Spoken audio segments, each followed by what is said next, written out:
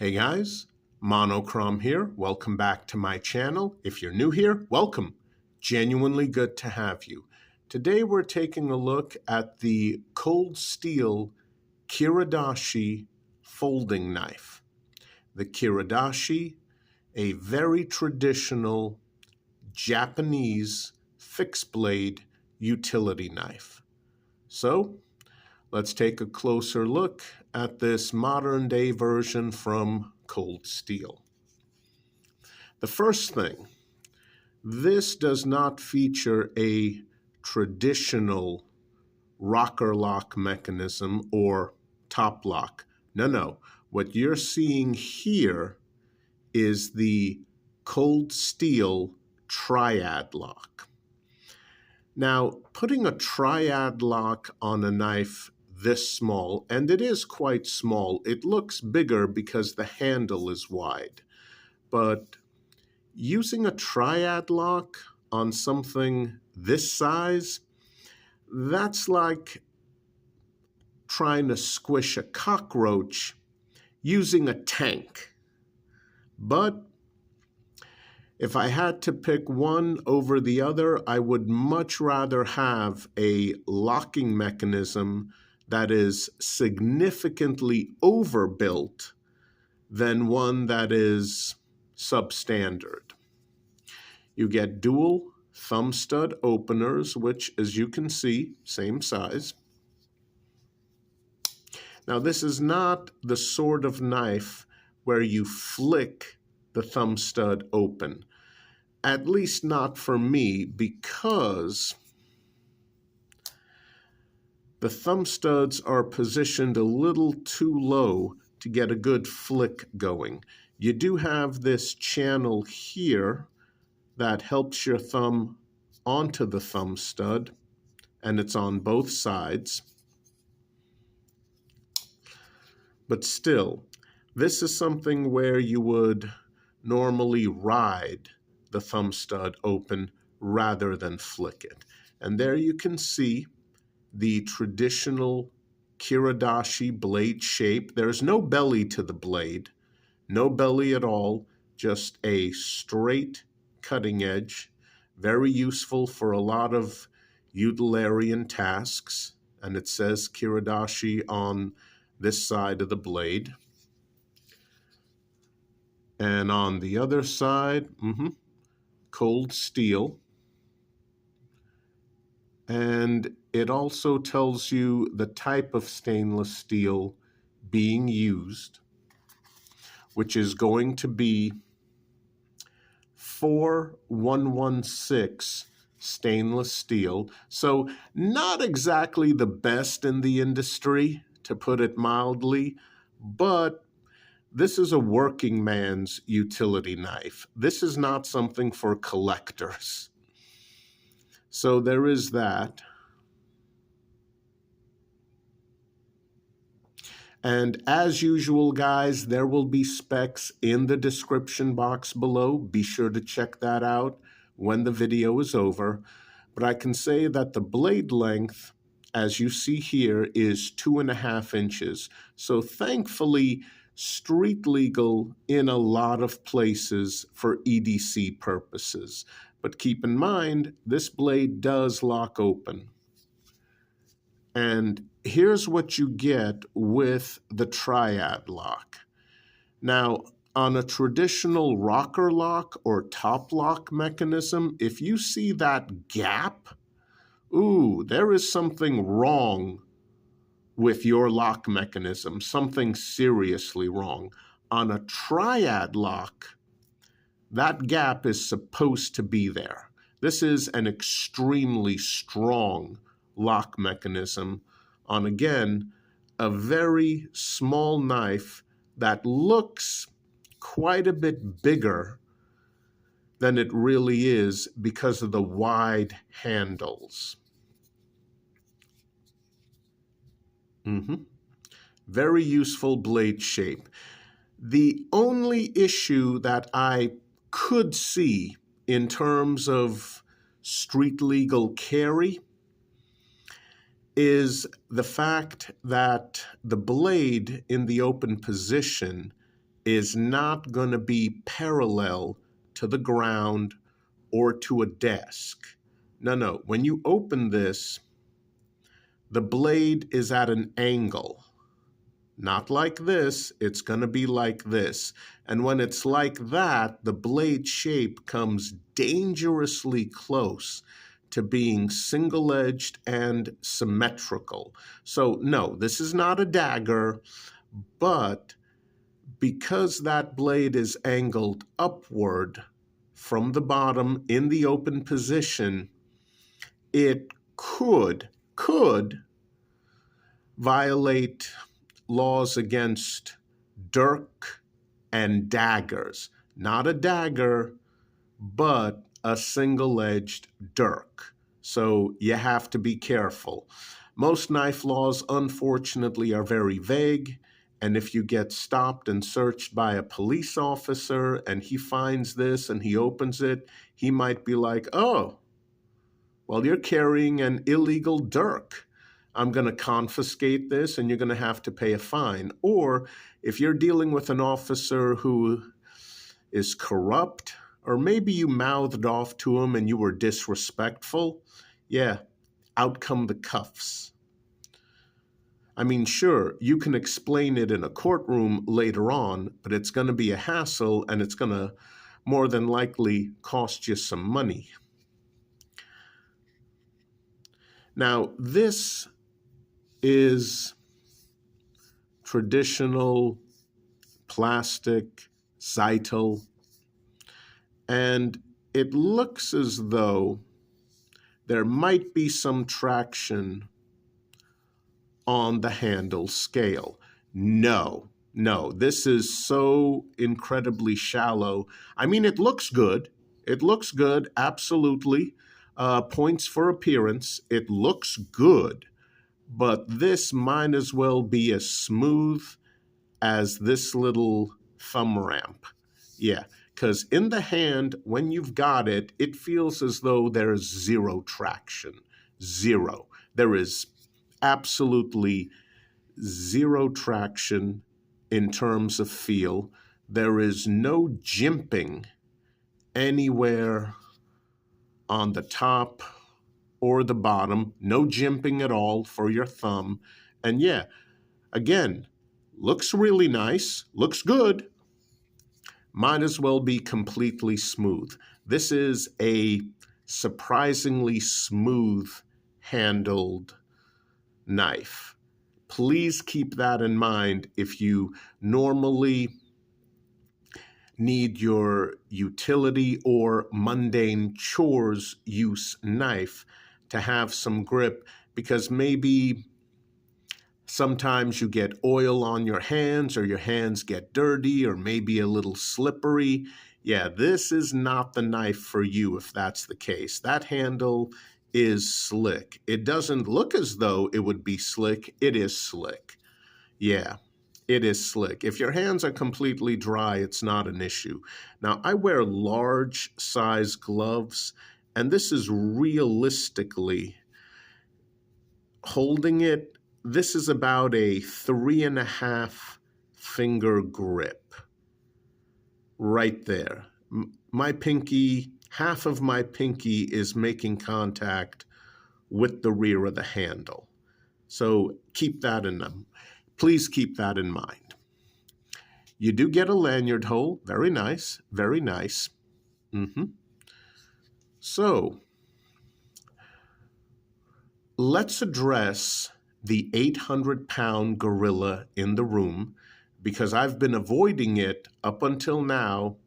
And yeah, I'm guessing some of you or most of you already noticed what the problem is.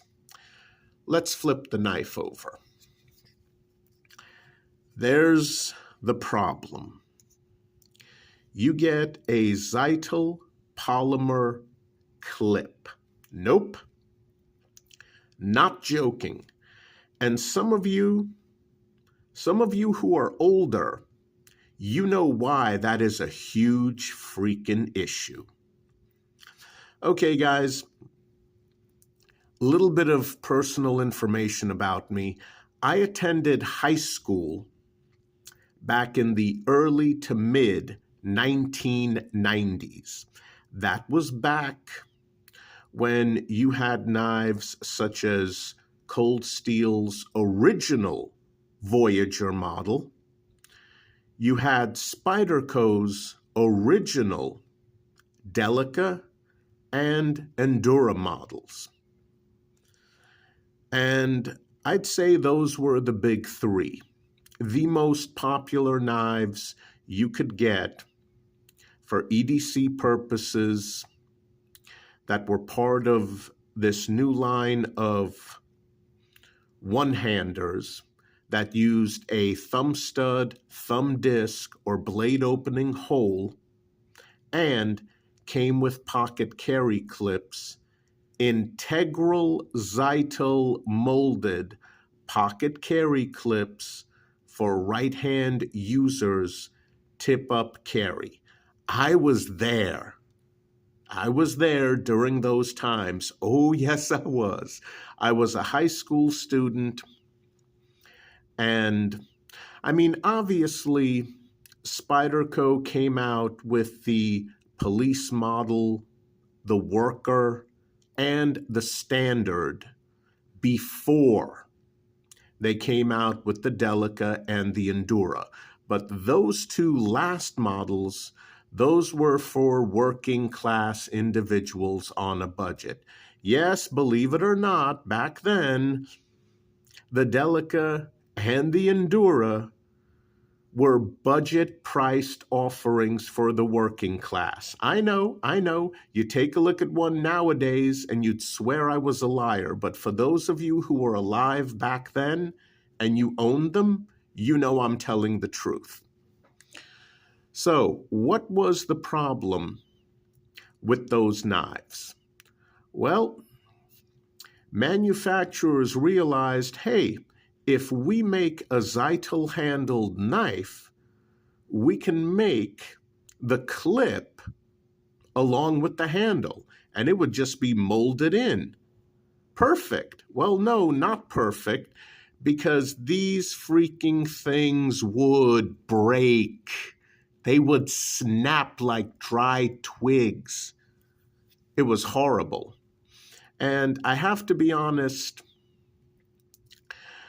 the integral Zytel molded clips on the Cold Steel Voyager were a little bit more prone to breaking, at least in my experience, than the ones on the Delica or the Endura. Just my experience. But yeah, those would break too. Now, it's not like they would snap off. No. They would typically get caught on something, you wouldn't realize it, you would stand up and, oh, I have a partially broken clip. Well, this has no give to it. This is solid. This is not like a spring steel clip. So if you ended up with a partial break, it might as well be a full break because the clip was useless. And Cold Steel and Spyderco and those other companies with the integral molded Zytel clips, they had to deal with a ton of angry customers. And it just became rather obvious that, okay, we can make integral molded Zytel clips when we mold the handles. But we need to stop doing that because all of these knives are coming back with broken clips and warranty claims. This is costing us too much money.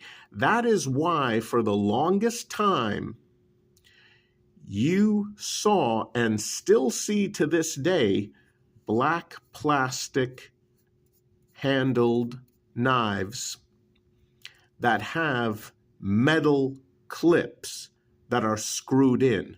Now you might be saying, hold on, Mono, this thing's screwed in. Yeah, it is. However, there's a reason why this thing is screwed in. This is not integrally molded. I'm not sure if you can see that. Can you? This is actually a separate piece. You can actually unscrew these two and remove the clip, but it leaves a tiny right angle shelf right there, which looks to be sharp. So I'm not going to do that. And I can't blame the current owners of Cold Steel for this nonsense. Now, this knife model came out back when Lynn Thompson was still the owner of the company, and you will find this nonsense on the Cold Steel Luzon model. Thankfully, I don't think you'll find it on others except for the Luzon and the Kiridashi. This is stupid. I'm sorry. It is. Why in the world would you take a new model or relatively new model and give it a polymer Zytel clip? Come on. Seriously? Why would you do something this stupid? And I'm not addressing the current owners of Cold Steel. They've made some mistakes since they've taken over the company from Lynn. But Lynn Thompson knows better. Sal from Spyderco knows better. But you don't see Sal introducing new models with this stupidity. Come on. I mean, you are just begging for this thing to snap. And then what? Oh, you've got these two screws that you can undo and carry it without a clip. Then why even offer a clip in the first place, Lynn? Why? Why? Maybe I should partially blame the new owners of Cold Steel because they're continuing to sell this nonsense. I mean, if you guys are wondering how I managed not to break or snap this clip, carrying it in a pants pocket while I was testing this knife for this review video, guess what? I never clipped it to a pants pocket. You know why? Because I was there back in the early to mid 1990s. I was there. Yep. No, this is stupid. We know this is stupid. We know these snap. And I'm sorry, but making it a separate piece with a couple of screws that you can take off when, not if, this snaps while clipped to a pocket, that does not really take away from the stupidity of going backwards. No, this is stupid. There is no reason to do this. None. Absolutely none. There is a huge freaking reason why Zytel-handled knives nowadays come with spring steel separate clips. Because if one of those catches on a pocket and gets bent back out of shape, it's spring steel.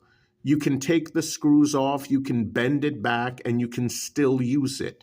You can't do that with Zytel. This is going to break. This is stupid. I don't know how many more times I can say that. Overall, this is a really good, useful, straight-edged utility knife based on a very traditional, proven Japanese design. This? Oh, hell no. Hell no. Come on. Seriously? Why would you go backwards in tactical knife evolution? Why? No. Idiotic.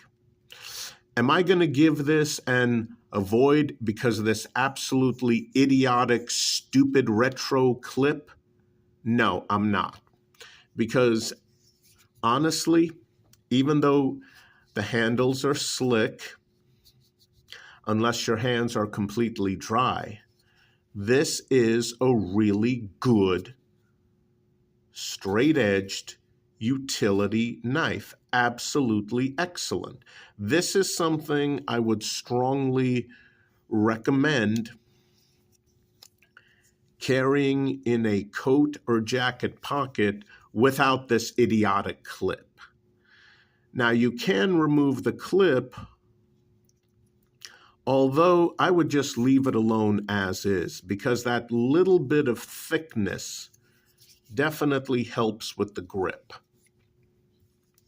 So I would leave this alone. I would just never use it as a freaking clip. Screw this stupid thing. And it is stupid. We learned back in the early to mid 1990s that this was stupid. Why it came back on this model and the Luzon, no clue. This needs to go away again, okay? It needs to go away. If you're looking for a good, simple utility knife that you can clip carry in a pocket, no, hell no. If you're looking for a simple, good utility knife that you can completely toss into a pocket without relying on the clip, yes. Yes, this gets a conditional recommendation. Don't use this idiotic freaking clip. All right, guys, that's it for today. I hope you enjoyed the video. Oh, by the way, I have to announce this is my last video of 2024. Come on, guys. You can't get rid of me that easily. I'm going to be coming back in 2025 with more videos. But this is the last one of 2024. And again, it gets a conditional recommendation. Stay safe out there, guys. It's still dangerous. Hopefully 2025 will be a little better. Take care.